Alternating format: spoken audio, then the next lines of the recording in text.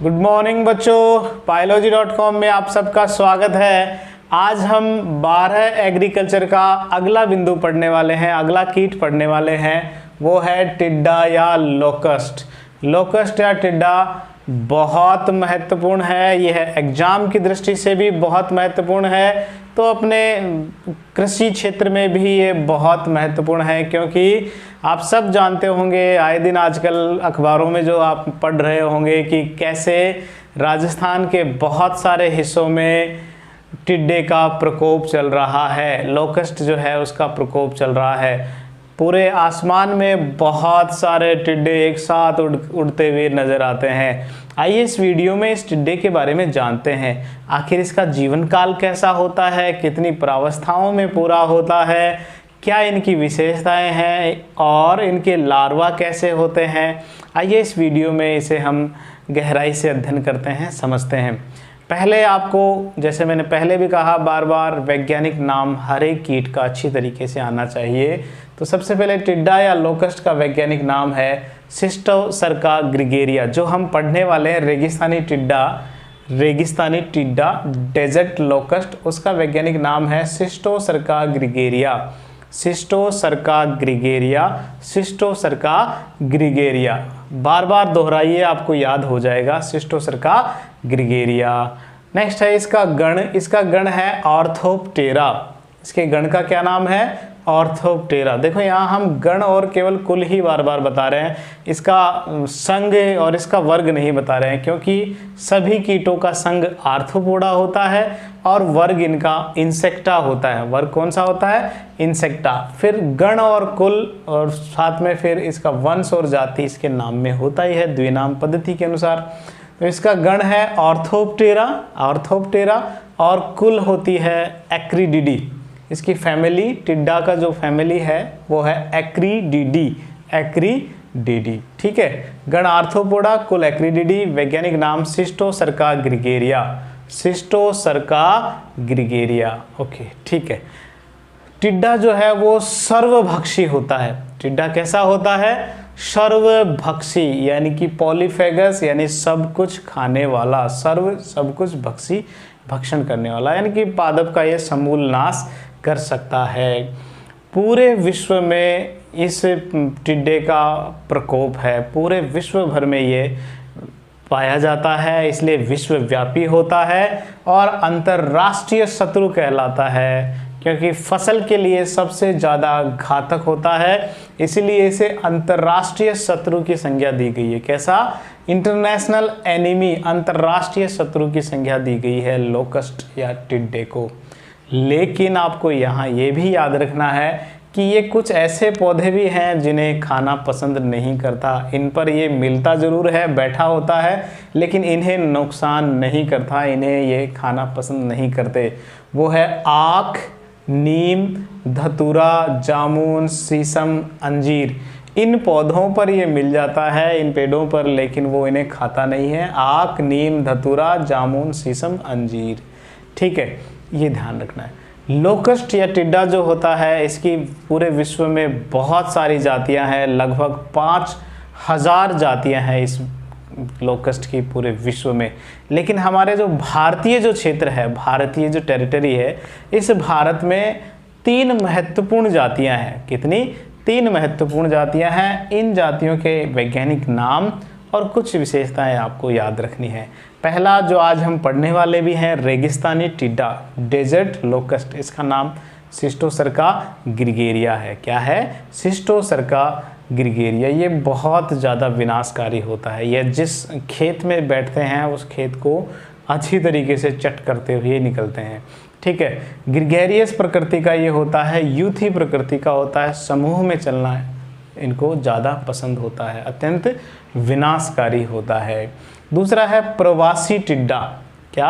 प्रवासी टिड्डा, migratory locust. प्रवासी टिड्डा, माइग्रेटरी लोकस्ट। देखो अंग्रेजी नाम मैं इसलिए बोल रहा हूँ कि अंग्रेजी नाम अगर आपने याद कर लिए तो इनका वैज्ञानिक नाम याद करना भी बहुत आसान हो जाएगा। जैसे लोकस्ट, टिड्डे को इंग्लिश में कहते हैं लोकस्ट, तो इसका देखो वैज्ञानिक नाम लोकस्ट से लोकस्टा।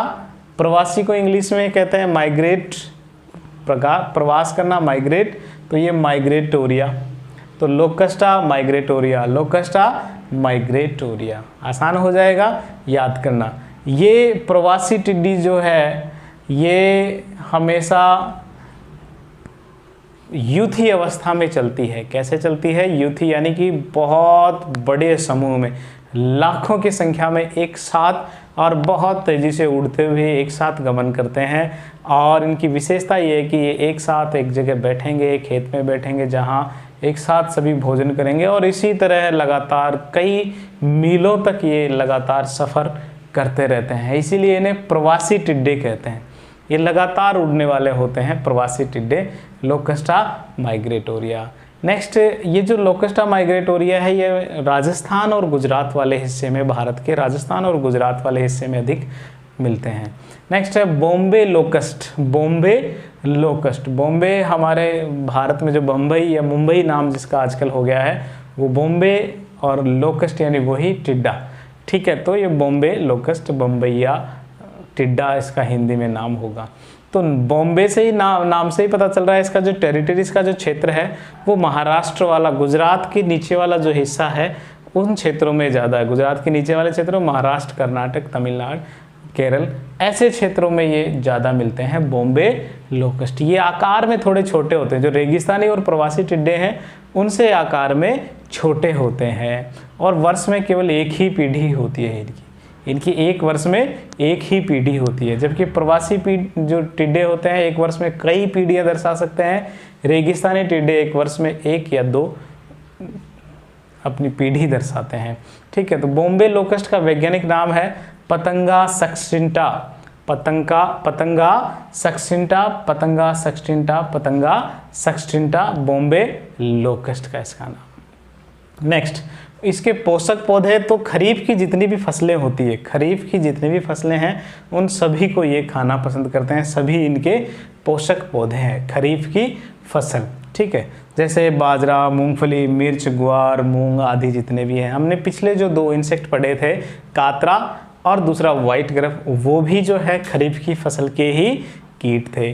तो देखो हमने ये सामान्य लक्षण देखे टिड्डे या लोकस्ट के, और इसके तीन भारतीय जो जातियां महत्वपूर्ण है, सिस्टोसर्का ग्रिगेरिया, लोकस्टा माइग्रेटोरिया और पतंगा सक्सिंटा, इन तीन के बारे में और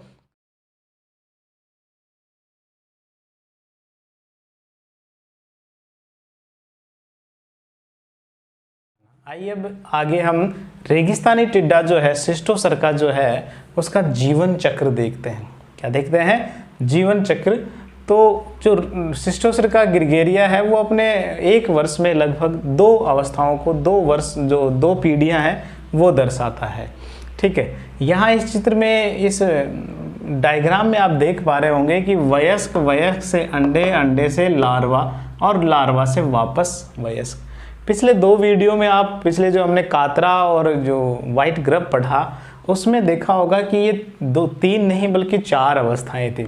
जैसा कि मैंने शुरू में आपको बताया भी था क्या, कि जितने भी इंसेक्ट होते हैं उनका जो जीवन चक्र है वो 3 या 4 अवस्थाओं में पूरा होता है। जब 4 होता है, पूर्ण अवस्थाएं होती है, तो उसमें कौन कौन सा होता है? अंडा, अंडे से बनता है लार्वा, लार्वे से बनता है फिर प्यूपा अवस्था, और प्यूपा से बनता है वयस्क अवस्था। लेकिन जो जितने भी ये ऑर्थोप्टेरा गण के जो इंसेक्ट हैं उनके जीवन में केवल 3 ही अवस्थाएं होती है। अंडे, अंडे से लार्वा और लार्वा से सीधे वयस्क बनते हैं। लार्वा से प्यूपा का निर्माण नहीं होता है, लार्वा से प्यूपा यहाँ नहीं बनता है। तो 3 अवस्थाएं जब होती है तो हमेशा एक अवस्था जो गायब होती है वो हमेशा प्यूपा ही होती है, ये भी ध्यान रखना। जितने भी इंसेक्ट हैं उनमें या तो प्यूपा अवस्था होगी या प्यूपा अवस्था नहीं होगी। ऐसा नहीं हो सकता कि उनमें अंडे वाली अवस्था नहीं होगी या लार्वा वाली अवस्थाएं, ये हमेशा रहेगी। गायब अगर कोई अवस्था होगी तो कौन सी होगी? प्यूपा अवस्था, प्यूपा अवस्था ही होगी, ये भी ध्यान रखनी है आपको। बात करते हैं इसके वयस्कों की।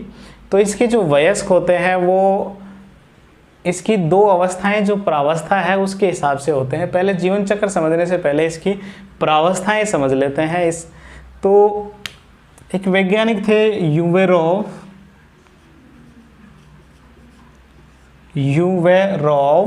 इन्होंने 1921 में प्रावस्था सिद्धांत दिया। कौन सा अवस्था सिद्धांत? प्रावस्था, फेज थ्योरी, प्रावस्था सिद्धांत दिया।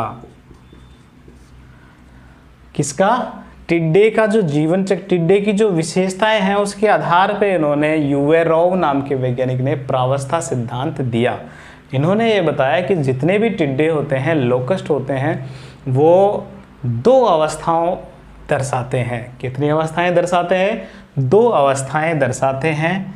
पहली होती है एकल अवस्था, पहली होती है एकल अवस्था, सॉलिटरी स्टेज, और दूसरी होती है यूथी अवस्था, यूथ में रहने वाली यूथी अवस्था। ठीक है, ग्रीगेरियस फेज। एकल अवस्था सॉलिटरी फेज, यूथी अवस्था ग्रीगेरियस फेज। ठीक है, एकल अवस्था से यूथी अवस्था में, जब एकल अवस्था में ये जो टिड्डे हैं वो तब होते हैं जब प्रतिकूल परिस्थितियां हो। कैसी हो? प्रतिकूल परिस्थितियां हो, यानी कि विकट परिस्थितियां हो, बेकार परिस्थितियां हो इनके जीवन यापन के लिए, तो वहाँ ये अकेले रहना पसंद करते हैं, एकल रहते हैं। ठीक है, समूह में नहीं रहते, एकल रहते हैं। तो कब? प्रतिकूल परिस्थितियों में, एकल प्रावस्था। यूथी प्रावस्था फिर कब आएगी? जब अनुकूल परिस्थितियां हो। क्या हो?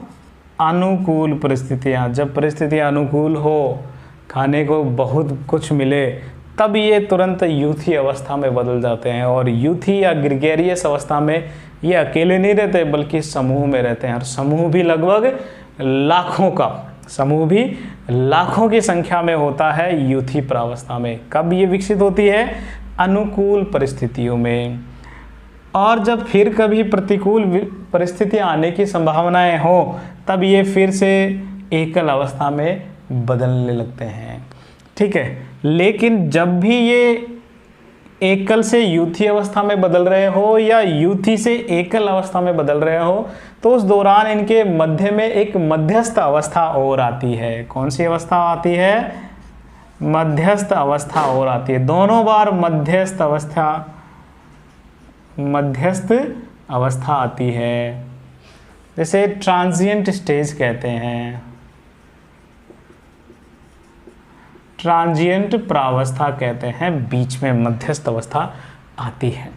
ठीक है, अब यहाँ इसको आप चित्र से समझे तो ज़्यादा अच्छा रहेगा, एकल प्रावस्था और यूथी प्रावस्था।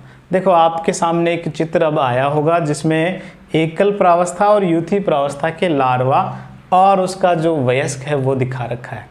देखो एकल प्रावस्था का जो लार्वा है उसको देखो हरे रंग का होता है। उस साइड में आप जो देख रहे हो वो कैसा है? हरे रंग का होता है। कैसा होता है? हरे रंग का, छोटे आकार का है। अब इसके वयस्क को देखो नीचे, इसका जो वयस्क है वो धूसर भूरे से रंग का, हल्के भूरे रंग का या गहरे भूरे रंग का, धूसर रंग का होता है। ठीक है, ये तो एकल प्रावस्था का होता है। अब इस तरफ आप देखो यूथी प्रावस्था, ग्रीगेरियस अवस्था का। ठीक है, ग्रीगेरियस अवस्था वाले जो ये जो टिड्डा है उसको, उसका जो निम्फ है, उसका जो लार्वा है वो देखो कैसा होता है? वो काले पीले रंग का, काले रंग का या काले भूरे रंग का सा होता है हमेशा। और जब ये पूर्ण विकसित हो जाता है, यूथी प्रावस्था का जो लार्वा है जब पूर्ण विकसित हो जाता है, वयस्क में बदल जाता है, तब ये पीले रंग का हो जाता है। कैसा होता है? पीले रंग का होता है। ठीक है, अब यूथी प्रावस्था का जीवन चक्र एक बार फिर से देखो। अब मैंने ये यहाँ 3 चित्र आपको दिखाए हैं। पहला जो है इसका लार्वा है जो काले या पीले रंग का सा होता है। उसके बाद में एक अपरिपक्व अवस्था का जो यूथी टिड्डा है वो है जो पिंक, गुलाबी रंग का होता है। कैसा होता है? गुलाबी रंग का, स्पॉटेड बीच में कहीं उसमें पीले धब्बे से होते हैं। और उसके बाद में इसका पूर्ण विकसित वयस्क है जो पीले रंग का होता है। कैसा होता है? पीले रंग का होता है। देखो कितना अंतर हो गया। इनके यूथी अवस्था में वो रंग भी अलग है। यूथी अवस्था में निम्फ जो है इनका लार्वा है, काले रंग का है, फिर पिंक कलर का है, गुलाबी रंग का है, फिर विकसित होने पर पीले रंग का हो गया है।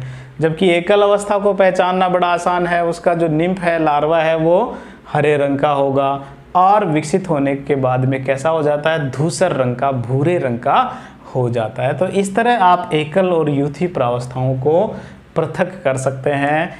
इसकी जो ये फेज थ्योरी है ये एग्ज़ाम की दृष्टि से बहुत महत्वपूर्ण है। लगभग सभी एग्ज़ाम्स में, चाहे वो कैसी हाफ ईयरली हो, चाहे एनुअल एग्ज़ाम्स में हो इससे संबंधित, या फिर कंपटीशन के एग्ज़ाम जेट में इससे संबंधित प्रश्न जरूर आते हैं। तो आपको इसको अच्छी तरीके से समझना है। अब आइए जानते हैं इसका जीवन चक्र।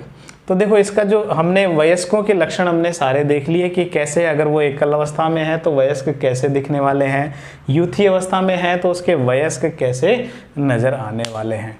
अब बात करते हैं इसके जीवन चक्र की। तो जब ये वयस्क पूर्ण विकसित हो जाते हैं तो मादाएं जो है, जब वयस्क पूर्ण विकसित हो जाती हैं तो मादाएं जो है वो किसी मिट्टी में वहाँ बैठकर, मिट्टी में अपने पेट के हिस्से को, मिट्टी में जो अपना इसका उदर भाग है उस, जैसे इसको आप इसका ये समझे टिड्डा, मादा जो है अपने उदर का अधिकांश भाग, बहुत सारा जो भाग है उसको स्ट्रेच करके, खींच के और ज़मीन के भीतर उसको प्रवेश कराती है। इसीलिए चूंकि ज़मीन में प्रवेश कराना जो है उसके लिए कठिन हो सकता है, तो ज़्यादातर ये बलुई मिट्टी पसंद करती है अंडे देने के लिए, क्योंकि बलुई जो मिट्टी होती है वो, उसके कण दूर दूर होते हैं, मोटे होते हैं, तो उनमें आसानी से अपने उदर भाग को ये अंदर धंसाकर 10 से 15 सेंटीमीटर की गहराई में अंडे देती है। ठीक है, यहाँ तक बात समझ में आ गई होगी आपको।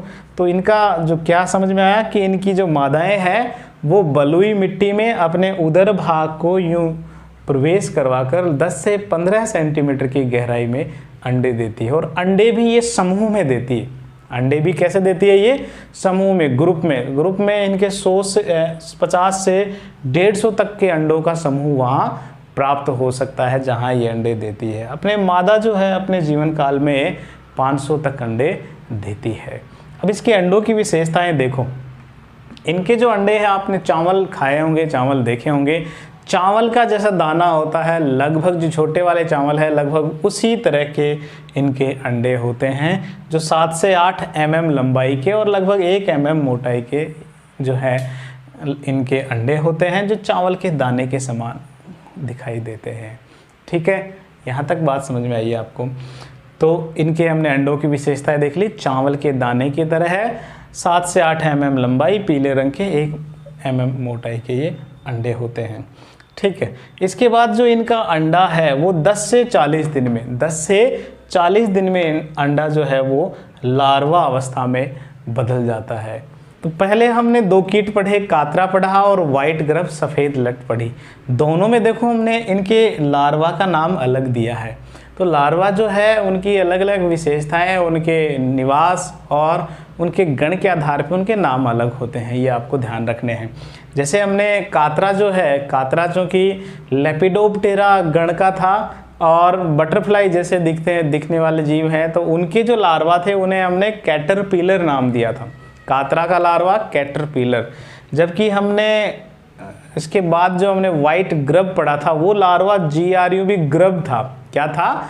ग्रब था। यहाँ लार्वा जो है उसे निम्फ कहते हैं। क्या कहते हैं? निम्फ कहते हैं। ये आपको ध्यान रखना है। देखो अभी यहाँ मैं आपको चित्र दिखा रहा हूँ टिड्डे का जीवन चक्र का। देखो इस चित्र में आप देखो टिड्डे का जीवन चक्र यहाँ आपको नज़र आ रहा है। सबसे ऊपर वयस्क नज़र आ रहा होगा। वयस्क से जो है एग, अंडे वाली अवस्था नज़र आ रही होगी। इसके बाद वाली चीज़ आपको नोट करने वाली है। देखो इसके बाद में जितने भी ये अवस्थाएं, 5 अवस्थाएं जो लार्वा निम्फ की नज़र आ रही है, वो वास्तव में कैसे दिख रहे हैं? वयस्क जैसे ही नज़र आ रहे हैं। ठीक है, इसके जो निम्फ है उसकी जो 5 स्टेजेज आपको दिख रही है, बस केवल अंतर क्या है? उनके आकार का। पहला जो निम्फ है फर्स्ट स्टेज वाला छोटा है, ठीक है, इसके बाद थोड़ा और बड़ा हुआ है, उसके बाद और बड़ा और फिर 5वीं स्टेज के बाद में वयस्क में बदल जाता है। लेकिन यहाँ आप एक चीज़ और नोट करें जो चित्र में नज़र नहीं आ रही, वो ये है कि इनके निम्फ जो अवस्था होती है, लार्वा अवस्था, वयस्क जैसी ज़रूर नज़र आती है लेकिन वयस्क से भिन्न होती है। भिन्न कैसे? वयस्क में पंख विकसित होते हैं, पंख होते हैं, इनके लार्वा निम्फ में पंख नहीं होते हैं, ध्यान रखना। तो ये अवस्था लार्वा होती है। बगैर पंख वाली जो अवस्था है वो उनका निम्फ होता है, और जब उनमें पंख विकसित होते हैं तो वो वयस्क होते हैं।